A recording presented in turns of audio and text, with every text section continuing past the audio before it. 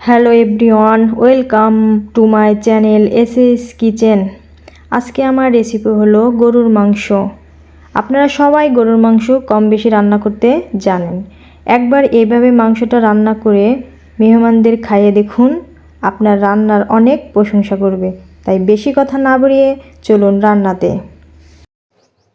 প্রথমে বসিয়ে দিলাম একটা কড়াই, তারপর দিয়ে দিলাম 1 কাপ তেল, দিয়ে দিব হাফ টি স্পুন গোটা জিরা,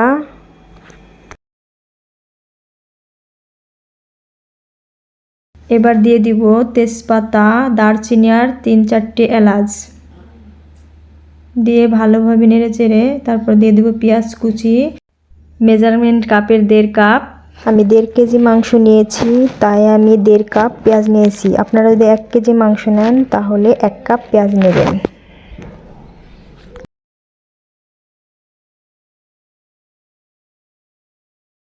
এরপর ভালো করে নেড়ে চেড়ে এর মধ্যে দিয়ে দিব 2 টেবিল স্পুন লবণ। পেঁয়াজটা হালকা ব্রাউন কালার হয়ে আসলে দিয়ে দিব রসুন কুচি 1/3 কাপ। তারপর এর মধ্যে দিয়ে দিব রসুন কুচি,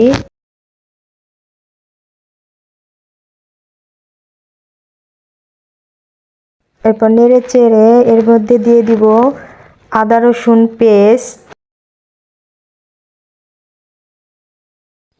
এরপর দিয়ে দিব জিরা বাটা 1 টেবিল চামচ, মশলা বাটা 1 টেবিল চামচ, ধনিয়া গুঁড়া, 4-5টা কাঁচামরিচ ফালি,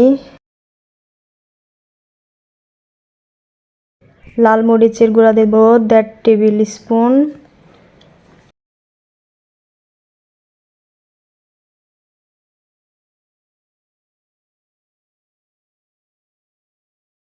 এরপর দিয়ে দিব 1.5 টেবিল স্পুন হলুদ গুঁড়া, দিয়ে একটু নেড়ে চেড়ে এর মধ্যে পানি দিয়ে দেবো একটু, দিয়ে ভালোভাবে কষাতে হবে মশলাটা ভালোভাবে কষিয়ে নিয়ে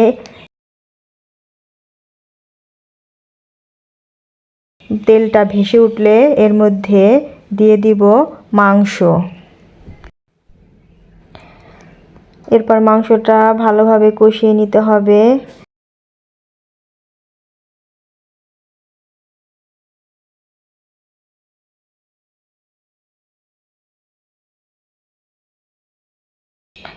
তারপর ঢাকনা দিয়ে ঢেকে দিতে হবে। ঢেকে দিয়ে ঢাকনাটা খুলে আবার একটু মাংসটাকে ভালোভাবে নাড়া দিয়ে দিতে হবে যাতে তলায় ধরে না যায়। এরকমভাবে কিছুক্ষণ নাড়াচাড়া করতে হবে। হওয়ার পরে আবার ঢাকনা দিয়ে ঢেকে দিবেন। ঢেকে দিয়ে আবার 1 মিনিট পর আবার ঢাকনাটা খুলে আবার নাড়াচাড়া করে দিবেন।